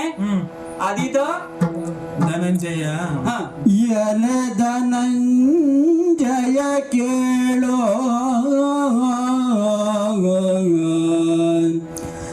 ಎಲೆ ಧನಂಜಯ ಕೇಳೋ, ನಿನ್ನಲಿ ಹಲಬರಿರ್ದಡದೇನೋ, ನಿನ್ನಲಿ ಹಲಬರಿರ್ದಡೇನೋ,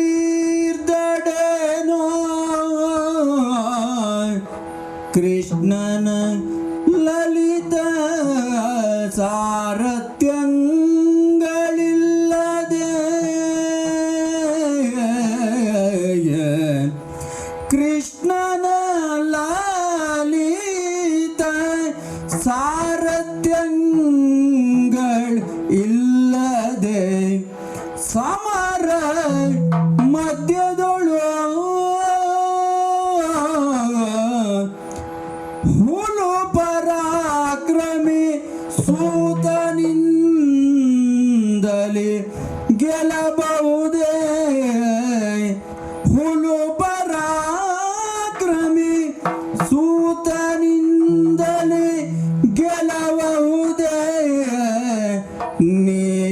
ಮರುಳೆಲ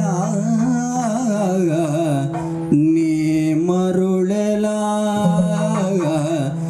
ನೀ ಮರುಳೆಲ ಆ ಆ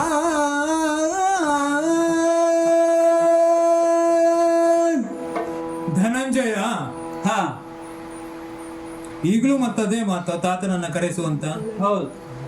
ಯುದ್ಧ ಮುಖ್ಯ ನನ್ನದಾದಂತಹ ಶಕ್ತಿ ಸಾಮರ್ಥ್ಯಗಳನ್ನ ಬಾಹುವಿಕ್ರಮಗಳನ್ನ ತೋರಿಸಿದ ಕಾಲಕ್ಕೆ ನೀನೇ ಅಲ್ವೋ ಮಜರೆ ಕೂತು ಮಜರೆ ಸುಧನ್ವ ಹೌದು ಉದ್ಘೋಷಿಸಿದಲ್ಲಿ ಹಾ. ನನಗೆ ಯುದ್ಧೋತ್ಸಾಹ ಹೆಚ್ಚಾಗುವುದಕ್ಕೂ ಇಲ್ಲ, ಹಾ ಅಥವಾ ಅರ್ಜುನ ಪ್ರಶಂಸಿಸಿದ್ದಾನೆ ಈ ಸುಧನ್ವನ ಬದುಕಿಗೆ ಇಷ್ಟು ಸಾಕು ಎಂಬಂತಹ ಸಾರ್ಥಕ್ಯದ ಭಾವವೂ ನನಗಿಲ್ಲ. ಹಾ ನನಗಿರುವ ಲಕ್ಷ್ಯ ಒಂದೇ, ಏನು? ಯುದ್ಧದಲ್ಲಿ ನಿನ್ನನ್ನು ಗಾರುಗೆಡಿಸಿ ಹಾ ಶ್ರೀಕೃಷ್ಣನನ್ನ ಬರಿಸ್ತೇನೆ ಎಂಬ ದೃಢ ನಿಶ್ಚಯವೇ ನನಗುಂಟು. ಹಾಗಾಗಲು ನಾನು ಈಗ ನಿನಗೆ ಹೇಳುವುದೇನು ಗೊತ್ತುಂಟ? ಏನು? ಮತ್ತದೇ ಮಾತನ್ನು ಹೇಳ್ತೇನೆ. ಈ ಹುಲು ಮಾನವರ ಸಾರಥ್ಯದಿಂದ ಏನೂ ಆಗ್ಲಿಕ್ಕಿಲ್ಲ. ಹಾ. ಶ್ರೀಹರಿಯ ಲಲಿತ ಸಾರಥ್ಯಗಳಿಲ್ಲದಿರ್ತೊಡೆ ಹಾ. ನಿನಗೆ ಈ ಯುದ್ಧದಲ್ಲಿ ಜಯ ಸಾಧ್ಯವಲ್ಲ. ಹಾ. ನೀನು ಹಸ್ತಿನಾವತಿಗೆ ಹೊರಡಲಿಕ್ಕೆ ಅನುವಾಗ್ಲಿಕ್ಕಟ್ಟಿಲ್ಲ. ಹಾ. ಇಲ್ಲ, ಯುದ್ಧದಲ್ಲಿ ಮುಂದುವರಿತೀಯೋ ಮಾರಮಣನನ್ನ ಕರೆಸಿಕೊಳ್ಳಬೇಕು. ಲಲಿತ ಸಾರಥ್ಯಗಳಿದ್ದರೆ ಯುದ್ಧ ಮುಂದುವರಿದಿತ್ತು, ಇಲ್ಲದೆ ಹೋದ್ರೆ ಇದು ನೀ ಎಷ್ಟು ಮಾಡಿದ್ರು ಇಷ್ಟೇ, ಮತ್ತೆ ಹಿಂದಕ್ಕೆ ತೆರಳುದು ಒಳಿತು. ನಿಲ್ಲ ಹಾಗಾದ್ರೆ. ಹೌದಾ?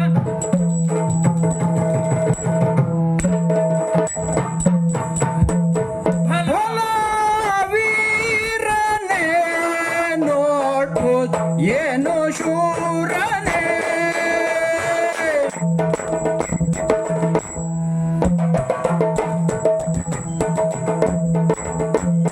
ಬಲ, ಬಲ, ಬಲ ವೀರನೇ ನೋಡ್ಬೋದು ಏನೋ ಶೂರನೇ, ನೋಡ್ಬೋದು ಏನೋ ಶೂರನೇ ಬಲ, ಬಲ, ಬಲ, ಬಲ, ಬಲ ವೀರನೇ ನೋಡ್ಬೋದು ಏನು ಧೀರನೇ, ನೋಡ್ಬೋದು ಏನು ಧೀರನೇ ಬಲರೆ, ಬಲರೆ ಕಲಹದಲ್ಲಿ ಮೆಚ್ಚಿದೇನೆಲ್ಲ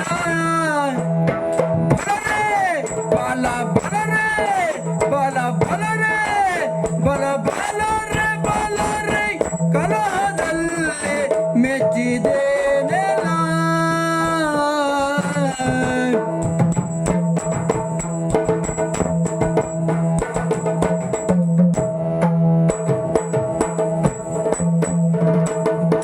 ಬಲ ವೀರನೇ ನೋಡ್ಬೋದು ಏನೋ ಧೀರನೇ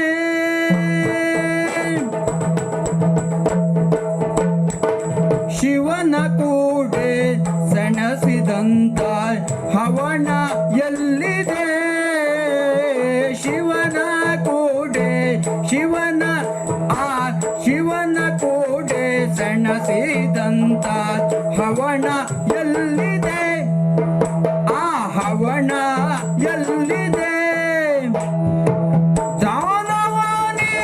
ದಾನವಾಣಿವಾದರ್ಗೊಲಿದ ಶೌರ್ಯ ಎಲ್ಲಿದೆ, ದಾನವಾಣಿವಾದರ್ಗೊಲಿದ ಶೌರ್ಯ ಎಲ್ಲಿದೆ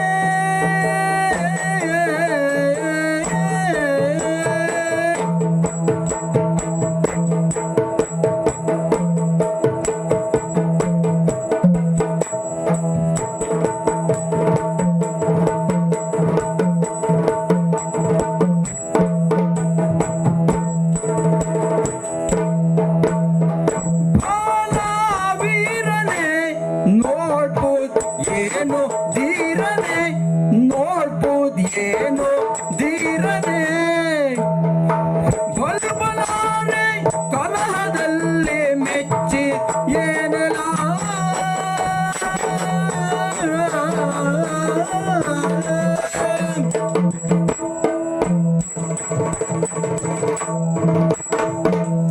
ಬಾಲ ವೀರನೇ, ಬಾಲ ವೀರನೇ ನೋಡ್ಬೋದು ಏನೋ ಧೀರನೇ ಫಲ ವೀರನೇ ಗುಣಕ್ಕೆ ಮತ್ಸರವಿಲ್ಲ. ನನ್ನ ಹೋರಾಟವನ್ನು ಸಮರಾಂಗಣದಲ್ಲಿ ಕಂಡ ಕಾಲಕ್ಕೆ ನೀನುದ್ಗರಿಸಿದ್ದು ಹಾಗೆ ಕೂತೂರೆ ಫಲ ಸುಧನ್ವ. ಈ ಕಾಲಕ್ಕೆ ಅರ್ಜುನನ ಶೌರ್ಯ ಸಾಹಸಗಳೇನು, ರಣದಲ್ಲಿ ಅರ್ಜುನನಾದಂತಹ ಶಸ್ತ್ರವಿದ್ಯಾ ನೈಪುಣ್ಯವೇನು ಎಂಬುದನ್ನ ಈ ಕಾಲಕ್ಕೆ ಸ್ಪಷ್ಟವಾಗಿ ಕಂಡವ.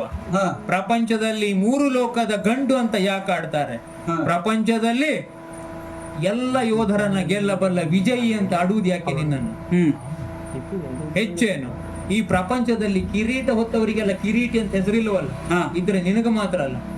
ಸವ್ಯಸಾಚಿ ಎಂಬ ಬಿರುದನ್ನ ಹೊಂದಿದವ ಯಾಕೆ ನೀನು? 2 ಕೈಗಳಿಂದ ಅವ್ಯಾಹತವಾಗಿ ಶರಪ್ರಯೋಗ ಮಾಡುವ ಸಾಮರ್ಥ್ಯವುಳ್ಳವ ಲೋಕದಲ್ಲಿ ಇದ್ರೆ ಧನಂಜಯ ಅಂತ. ಇವೆಲ್ಲವನ್ನು ಕಂಡ ಈ ಕಾಲಕ್ಕೆ ಹೌದು ನೀನೊಬ್ಬ ವೀರ, ಹೌದು ಕ್ಷತ್ರಿಯರಲ್ಲಿ ಅಗ್ರಗಣ್ಯ, ಹೌದು ಶ್ರೇಷ್ಠ, ಹೌದು. ಆದ್ರೆ ಈ ಚಂಪಕಾವತಿಯ ಸುಧನನ್ನು ಗೆಲ್ಲಲಿಕ್ಕೆ ಇದಷ್ಟು ಸಾಕಾಗ್ಲಿಕ್ಕಿಲ್ಲ. ಇಷ್ಟು ಶೌರ್ಯ ಸಾಹಸಗಳನ್ನ ಕಂಡಾಗಿಯೂ ನಿನ್ನ ಹತ್ರ ನನ್ನನ್ನು ಗೆಲ್ಲಲಿಕ್ಕಾಗದೆ ಹೋಯ್ತು ಅಂತ ಆದಾಗ ನಿನ್ನ ಇತಿಹಾಸವನ್ನು ನೆನಪು ಮಾಡಿಕೊಳ್ಳಬೇಕು. ಅಂತಹ ಶೌರ್ಯ ಎಲ್ಲಿ ಹೋಯ್ತು ಈಗ ಅಂತ. ದೇವೇಂದ್ರ ನಿನ್ನನ್ನ ಕರೆಸಿಕೊಂಡಿದ್ದಾನಂತಲ್ಲ ಯುದ್ಧಕ್ಕಾಗಿ, ಅಲಕೆಯರನ್ನೋ ನಿವಾತ ಕವಚರನ್ನೋ ನಿವಾರಿಸುವಲ್ಲಿ, ದೈತ್ಯ ನಿವಾರಣೆಯಲ್ಲಿ ತೊಡಗಿದ ನಿನ್ನ ಶೌರ್ಯ ಸಾಹಸಗಳು ಇಂದು ಎಲ್ಲಿ ಹೋದವು? ಪ್ರಪಂಚದಲ್ಲಿ ಏಕಾಕಿಯಾಗಿ ನಿಂತು ಹೋರಾಟ ಮಾಡಿ ಶತ್ರುಗಳನ್ನ ಸದೆಬಡಿಯುವ ಸಾಹಸದ ಸವ್ಯಸಾಚಿತನ ಇವತ್ತು ಎಲ್ಲಿ ಹೋಯ್ತು?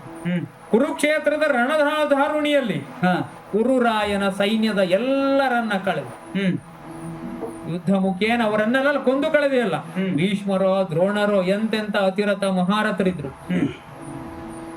1 2 ಅವರನ್ನೆಲ್ಲರನ್ನ ಕೊಂದಂತಹ ಶೌರ್ಯ ಸಾಹಸಗಳು ಎಲ್ಲಿ ಹೋದವು? ಅದಿತ್ತು ಅಂತಾದ್ರೆ ಈ ಹೊತ್ತಿಗೆ ವಿಜಯ ಸಿಗ್ಬೇಕಿತ್ತಲ್ಲ ನಿನಗೆ. ಹಾಗಾಗಿ ನೀನು ಅಂತಹ ಶೌರ್ಯ ಸಾಹಸಗಳನ್ನ ಈ ಕಾಲಕ್ಕೆ ನಿನ್ನಲ್ಲಿಲ್ಲ ಅಂತ ನಾನು ಹೇಳ್ತೇನೆ. ವೀರ ಹೌದು, ಆದ್ರೆ ಶೌರ್ಯ ಸಾಹಸಗಳಿಲ್ಲ. ಯಾವುದು? ನಿವಾತ ಕವಚರನ್ನ ಗೆಲ್ಲುವಲ್ಲಿಯೋ, ಕುರುಭೂಪರನ್ನು ಗೆಲ್ಲುವಲ್ಲಿಯೋ ಇತ್ಯಾದಿ ಯಾವ ನಿನ್ನ ಸಾಹಸಗಳುಂಟು ಯಾಕಿಲ್ಲ? ಶ್ರೀಹರಿಯ ಲಲಿತ ಸಾರಥ್ಯಗಳಿಲ್ಲ. ಆ ಕಾರಣಕ್ಕಾಗಿಯೇ ನಾನು ಆಡುವುದು. ಶ್ರೀಹರಿಯ ಲಲಿತ ಸಾರಥ್ಯಗಳಿಲ್ಲದೆ ಹೋದರೆ ನಿನ್ನ ಈ ಯಾವ ಶೌರ್ಯ ಸಾಹಸಗಳು ಬಳಕೆಗೆ ಬರ್ಲಿಕ್ಕಿಲ್ಲ. ವ್ಯರ್ಥ ಪ್ರಯಾಸವಾಗ್ತದೆ. ಸುಮ್ಮನೆ ಬರಿದೆ ಬಳಲಬೇಡ, ವ್ಯರ್ಥ ಪ್ರಯಾಸ ಮಾಡಬೇಡ. ಬರಿದ ಬಳಲ ಬೇಡ ಸಾಕು ಕರೆಸು ಕೃಷ್ಣನ. ಬರಿದ ಬಳಲ ಬೇಡ ಸಾಕು ಕರೆಸು ಕೃಷ್ಣನ. ಮುಂದಿರದ ನಿನ್ನಯ ಪರಾಕ್ರಮವ ತೋರ್ಬಲ. ಬಲ ವೀರನೇ ನೋಡ್ಬೋದೇನೋ ಶೂರನೇ. ಹೀಗೆ ಎಷ್ಟು ಕಾಲ ಹೋರಾಟ ಮಾಡಿದ್ರು ಇದು ಒಂದು ಆತ್ಯಂತಿಕವಾದ ಅಂತ್ಯಕ್ಕೆ ತಲುಪಲಿಕ್ಕಿಲ್ಲ. ಹಾಗಾಗಿ ನೀನು ಶ್ರೀರಮಣನನ್ನ ಕರೆಸಿಕೊಳ್ಳದೆ ಹೋದ್ರೆ ಬರೀದೆ ವ್ಯರ್ಥವಾಗಿ ಬಳಲುವುದೇ ಬಿಟ್ರೆ ಬೇರೆ ಏನು ಪ್ರಯೋಜನ ಆಗ್ಲಿಕ್ಕಿಲ್ಲ. ಹಾಗಾಗಿ ಸುಮ್ಮನೆ ಬಳಲಬೇಡ. ಕರೆಸ್ತೀಯೋ ಕೃಷ್ಣನ? ಇಲ್ವೋ? ಇಲ್ಲ ಅಂತ ಆದ್ರೆ ನಾವೇ ಕರೆಸ್ತೇವೆ. ಹಾಗೇ ಮಾಡುದು, ಇದೇ ಸರಿ. ಈ ಪಾರ್ಥನ ಸ್ಯಂದನವನ್ನ ನನ್ನ ಶರಗಳಿಂದ ಮುಚ್ಚಿ ಈತನ ಸಾರಥಿಯನ್ನ ಕೊಲ್ತೇನಂತೆ. ಸಾರಥಿ ಸತ್ತಲ್ಲಿಗೆ ಸಾರಥಿ ವಿಹೀನನಾದ ಈತ ಶ್ರೀರಮಣನನ್ನ ನೆನೆಯಲೇಬೇಕಲ್ವೋ? ಆಗಲಾದರೂ ಶ್ರೀಹರಿ ಚಂಪಕಾವತಿಯ ನಾಡಿಗೆ ಬರ್ತಾನ ನೋಡ್ತೇನೆ. ನನ್ನ ಬಾಣದಿಂದ ಸಾರಥಿಯ ತಲೆ ಕತ್ತರಿಸ್ತೇನೆ.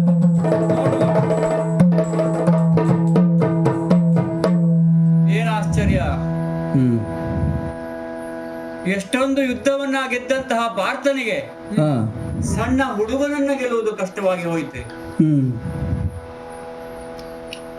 ನನ್ನ ಸಾರಥಿಯನ್ನೂ ಕೊಂದ. ರಥದಲ್ಲಿ ನಾನು ಕೂತುಕೊಂಡು ಗರ್ಜಿಸಿ ಏನು ಮಾಡುವುದಕ್ಕಾಗ್ತದೆ? ವ್ಯತಿಥಿ ಸೂತ ನಳಿಯ ರಥದಿ ಗಜರುತ. ಕಳುಹಿಸುವ ಸಂದರ್ಭದಲ್ಲಿ ಶ್ರೀಕೃಷ್ಣ ಹೇಳಿದ ಮಾತಲ್ವೇ, ನರನಲ್ಲದಿನ್ನಾರು ಈ ಸೇನೆಯ ನೇತೃತ್ವವನ್ನು ವಹಿಸಿ ಅರ್ಜುನನಲ್ಲದೆ ಬೇರೆ ಯಾರು ಹೋಗಬಹುದು ಎಂಬಂತ ನೆಲೆಯಲ್ಲಿ ಭಗವಾನ್ ಕೃಷ್ಣನೇ ನನಗೆ ಹೇಳಿದ ಮಾತಲ್ವೇ. ಹಾಗಾದರೆ ಈ ಮಾತುಗಳೆಲ್ಲ ಇವತ್ತು ಏನಾಗಿ ಹೋಯಿತು. ಹಾಗಾಗಿ ನಾನು ಕೃಷ್ಣನನ್ನ ಕರೆಯುವ ಅನಿವಾರ್ಯತೆ ಉಂಟು, ಅವನಿಗೂ ಅಪೇಕ್ಷೆ ಉಂಟಲ್ಲ. ಹಾಗಾಗಿ ದೇವ ಕೃಷ್ಣ ನೀನು ನಮ್ಮ ಭಾವನೆಂದು ನಂಬಿ ಜಗದಿ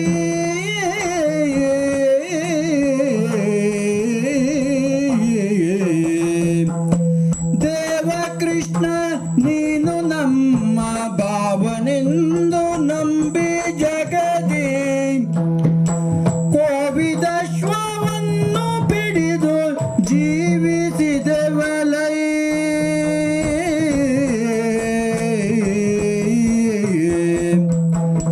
ಕೋವಿದ ಶ್ವವನ್ನು ಪಿಡಿದು ಜೀವಿಸಿದೆವಲೈ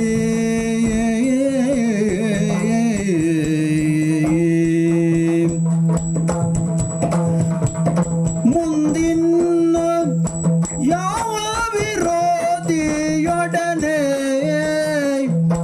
ಮುಂದಿನ ವಿರೋಧಿಯೊಡನೆ ಕಾದಲಾವ ಪರಿಯೋ ಮುಂದಿನ ವಿರೋಧಿಯೊಡನೆ ಕಾವಲಾವ ಪರಿಯೋ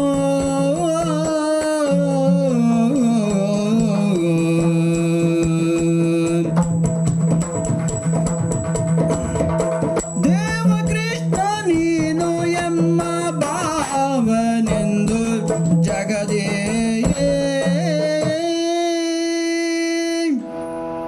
ಪಾಂಡವರ ಬದುಕಿನ ಸರ್ವಸ್ವವಾದಂತಹ ಶ್ರೀಕೃಷ್ಣ, ಈ ಯಜ್ಞ ಎನ್ನುವುದು ನಿನ್ನ ಅಭಿರಕ್ಷೆಯಲ್ಲಿಯೇ ಪ್ರಾರಂಭವಾದದ್ದಲ್ವೇ ಸ್ವಾಮಿ. ನೀನು ನಮ್ಮ ಭಾವನೆಂದು ನಂಬಿ ಜಗದಿ, ಕೇವಲ ನೀನು ನನ್ನ ಭಾವನಷ್ಟೇ ಅಲ್ಲ, ನನ್ನ ದೇವನು ಹೌದು, ಪಾಂಡವರ ದೇವನು ನೀನು ಹೌದು, ಜಗತ್ತಿನ ದೇವನು ನೀನು ಹೌದು. ನಿನ್ನ ಆಶೀರ್ವಾದದ ಅನುಗ್ರಹದಲ್ಲಿಯೇ ಯಜ್ಞ ಪ್ರಾರಂಭಗೊಂಡಿತು. ಹಲವಾರು ವಿಘ್ನಗಳು ಸಹ ನಿನ್ನ ಅನುಗ್ರಹದಿಂದಲೇ ಪರಿಹರಿಸಲ್ಪಟ್ಟು ಈ ಚಂಪಕಾ ನಾಡನ್ನು ಪ್ರವೇಶಿಸಿದ ಈ ಸಂದರ್ಭದಲ್ಲಿ ಈ ಹುಡುಗನ ಮುಖಾಂತರವಾಗಿ ನಮ್ಮ ಕಾರ್ಯಕ್ಕೆ ವಿಪತ್ತು ಬಂದೊದಗಿದೆ ಸ್ವಾಮಿ. ಹಾಗೆ ನೋಡಿದರೆ ಈ ವಿರೋಧಿಯೊಡನೆ ಕಾದಲಾವ ಪರಿಯಲಿ ನನಗೆ ಸಮಸ್ಯೆ ಆಗಿದ್ದು ಇದು ಕೃಷ್ಣ. ಇವನನ್ನ ತೊಂದರಿಸುವುದು ನನಗೆ ಯಾವ ಲೆಕ್ಕವೂ ಅಲ್ಲ. ಸೊಕ್ಕಿನಿಂದ ಅಹಂಕಾರದಿಂದ ನಾನು ಹೇಳುವ ಮಾತಲ್ಲ ಇದು. ಇವ ನಿನ್ನ ಭಕ್ತ, ಇವನಿಗೆ ನಿನ್ನ ದರ್ಶನದ ಅಗತ್ಯತೆ ಉಂಟು, ಬೇಡ್ತಾನೆ ಕೃಷ್ಣನನ್ನ ಕರೆಸು ಎನ್ನುವುದಾಗಿ. ಹೀಗೆ ಕೇಳಿದ ಇವನನ್ನ ನಾನು ಕೊಂದು ಮುಗಿಸಿದರೆ ಪಾಪ ಯಾರಿಗೆ ತಡ್ತದೆ ಸ್ವಾಮಿ? ನನಗೆ ಅಲ್ವ? ಹಾಗಾಗಿ ನಿನ್ನ ದರ್ಶನವನ್ನೇ ಬಯಸುವಂತಹ ಈ ಸುಧನ್ವನಿಗೂ ಅವನ ಚಂಪಕಾ ನಾಡಿಗೂ ನೀನು ಬರಬೇಕು, ದಯ ತೋರಬೇಕು ಸ್ವಾಮಿ. ನೀನು ನನ್ನ ಗುರುವೂ ಹೌದು, ನನ್ನ ಬಂಧುವೂ ಹೌದು, ನನ್ನ ಸಖನೂ ಹೌದು. ಹಾಗಾಗಿ ಓ ಗುರುವೇ, ಇಳಿದು ಬಾ, ಇಳಿದು ಬಾ, ಇಳಿದು ಬಾ. ಬಂದ ತಕ್ಷಣದೊಳಲ್ಲಿಗೆ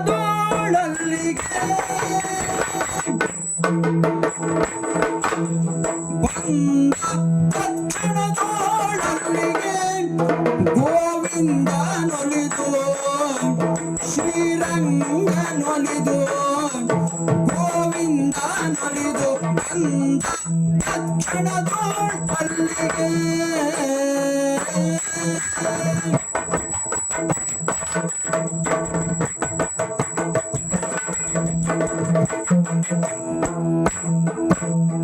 ಬಂದನು ಗರುಡ ಗಮನನಾಗೆ ಮಂದಾರಧರನೋ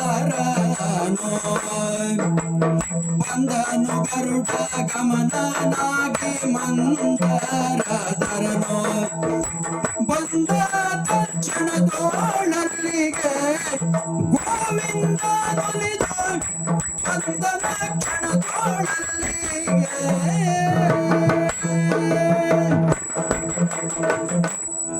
ಧರ್ಮರಾಯನಿಗೆ ಧೈರ್ಯ ಬಂದಿತ್ತು. ಮೇಧ ದೀಕ್ಷಿತನಾದಂತಹ ಧರ್ಮರಾಯನಿಗೆ ಅಪಶಕುನ ಉಂಟಾಯಿತು.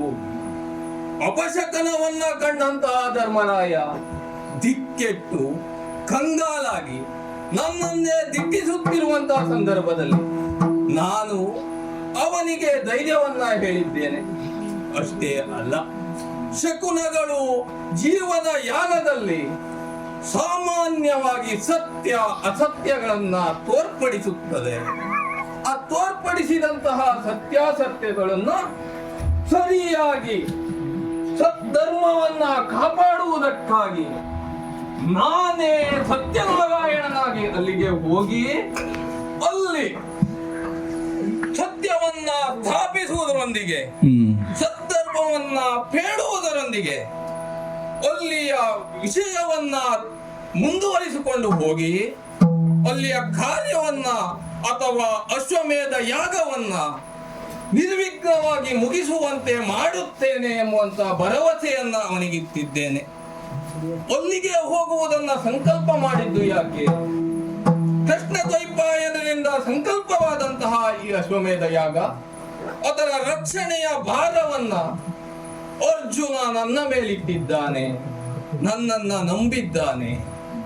ಆ ಕಾರಣಕ್ಕಾಗಿ ಆದರೆ ಕೃಷ್ಣ ದ್ವೈಪಾಯನು ಸಂಕಲ್ಪಿಸಿದಂತಹ ಕಾರ್ಯಕ್ಕೆ ನಾನೇ ಅವನಿಗೆ ಹೇಳಿದ್ದುಂಟು, ಈ ಕಾರ್ಯವನ್ನ ಯಶಸ್ವಿಗೊಳಿಸುತ್ತೇನೆ ಎಂಬುದಾಗಿ.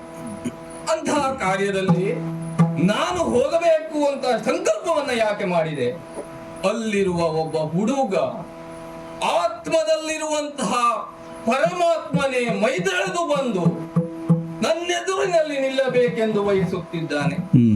ಆತ್ಮವೇ ಪರಮಾತ್ಮವಾಗಿ ನನ್ನೆದುರು ಬರಬೇಕು ಅಂತ ಆತ ಹಪಹಪಿಸುತ್ತಿರುವಂತಹ ಸಂದರ್ಭದಲ್ಲಿ ಅಲ್ಲಿಗೆ ಹೋಗಲೇಬೇಕಾಗಿದೆ. ಇಲ್ಲವಾದರೆ ಕರುಣ ಮಾತ್ರದಿಂದಲೇ ಅವನನ್ನ ಅಲ್ಲಿ ಗೆಲ್ಲಿಸಬಹುದಿತ್ತು, ಅವನನ್ನ ಕಾಣಿಸಬಹುದಿತ್ತು. ಆದರೆ ಏನು ಮಾಡೋಣ, ಅಲ್ಲಿಗೆ ಹೋಗುವುದು ಅನಿವಾರ್ಯ. ಯಾಕೆ? ಅಕ್ಷಯಾಂಬರವನ್ನ ದ್ರೌಪದಿ ದೇವಿಗೆ ಇಟ್ಟಂತಹ ಸಂದರ್ಭ. ನಾನು ಹಸ್ತಿನಾಪುರಕ್ಕೆ ಹೋದವನಲ್ಲ, ಅಲ್ಲಿ ಕೇವಲ ನನ್ನ ಕರುಣೆ ಮಾತ್ರ ಅವನನ್ನ ದ್ರೌಪದಿಯ ಮಾನವನ್ನ ಉಳಿಸಿದ್ದು. ಅದಕ್ಕೆ ಅಕ್ಷಯಾಂಬರ ಎಂಬುವಂತಹ ಹೆಸರು ಕೂಡ.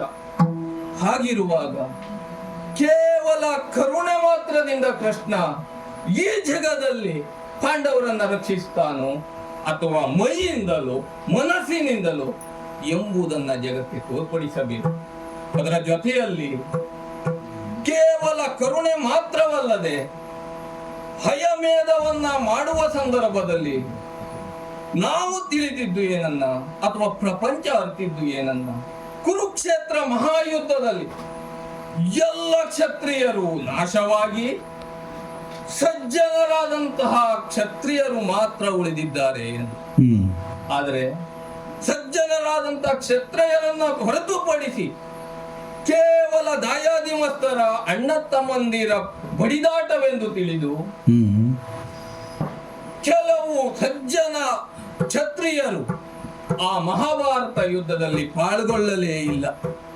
ಅವರನ್ನ ಈ ಸಂದರ್ಭದಲ್ಲಿ ಈ ಅಶ್ವಮೇಧ ಯಾಗದ ಪರಿಯನ್ನ ದಾರಿಯಲ್ಲಿ ಕೆಲವೊಂದು ಮುಖಗಳನ್ನ ಕಾಣಿಸಬೇಕಾಗಿದೆ.